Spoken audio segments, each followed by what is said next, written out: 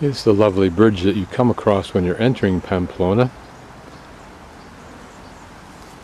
And apparently up there is where the trail actually goes. I'm going to go that way, but I initially came to the left because right down at the end of this park is my lovely municipal albergue or refugio. So coming across the bridge is our first sign. So what I'm going to do, over in the right hand corner, right hand side, you'll see where I have circled an A for albergue, and I'm following the dotted line in the upper right hand corner to the left or west around these ramparts that I'll show you in a moment, and I'll come up onto Portal de Franca and hang a right and work my way down to the Corrillos, whatever you pronounce it, which is where the bulls start for the running of the bulls. And then I'll be doing Rick Steve's self-guided tour. These are the ramparts. If these truly were the ramparts, either in fact or in design, they are impressive, as such forts are. Here we can see the several levels of defense.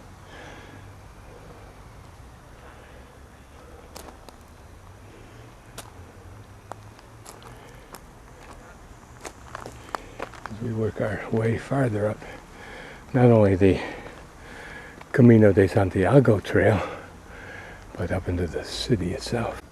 It'd be interesting to know how legitimate these workings are. Notice that kind of spiraling that holds the cable for the weight. This looks like the entrance through the walls into the city. Just a pan around for the fun of it of the town of Pamplona.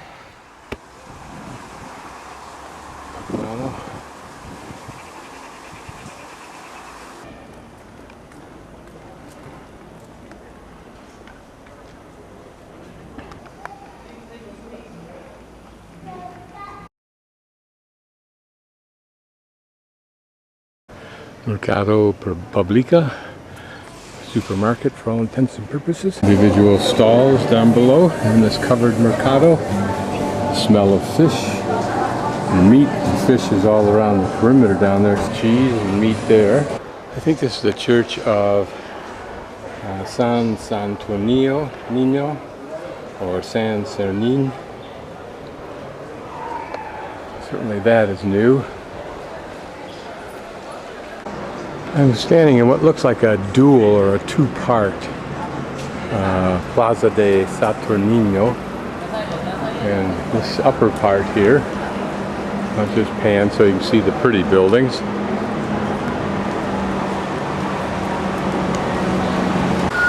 This is a pretty building with the pharmacy in it. Almost looking British with that rich green color.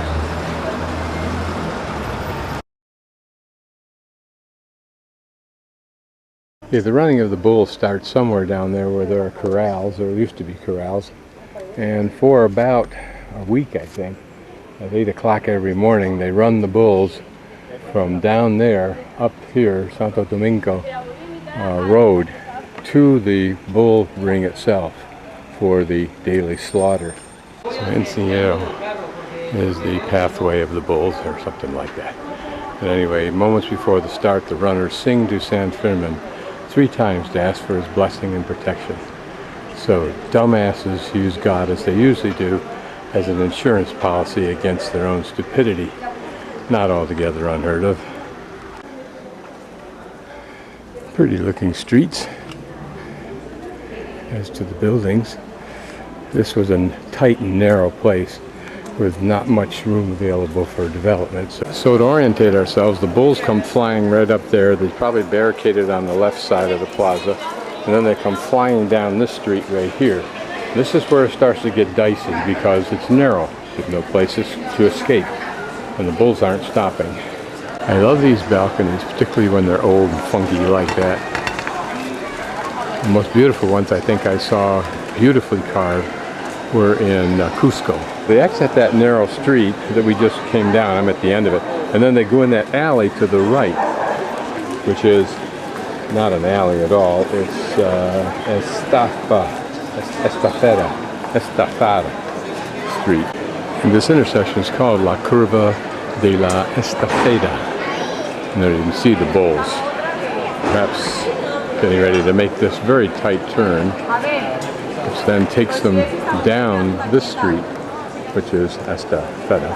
To the left of us down Estafeta Street, they're going downhill, so they actually start losing their balance occasionally and slide right into the barricade that would be right here.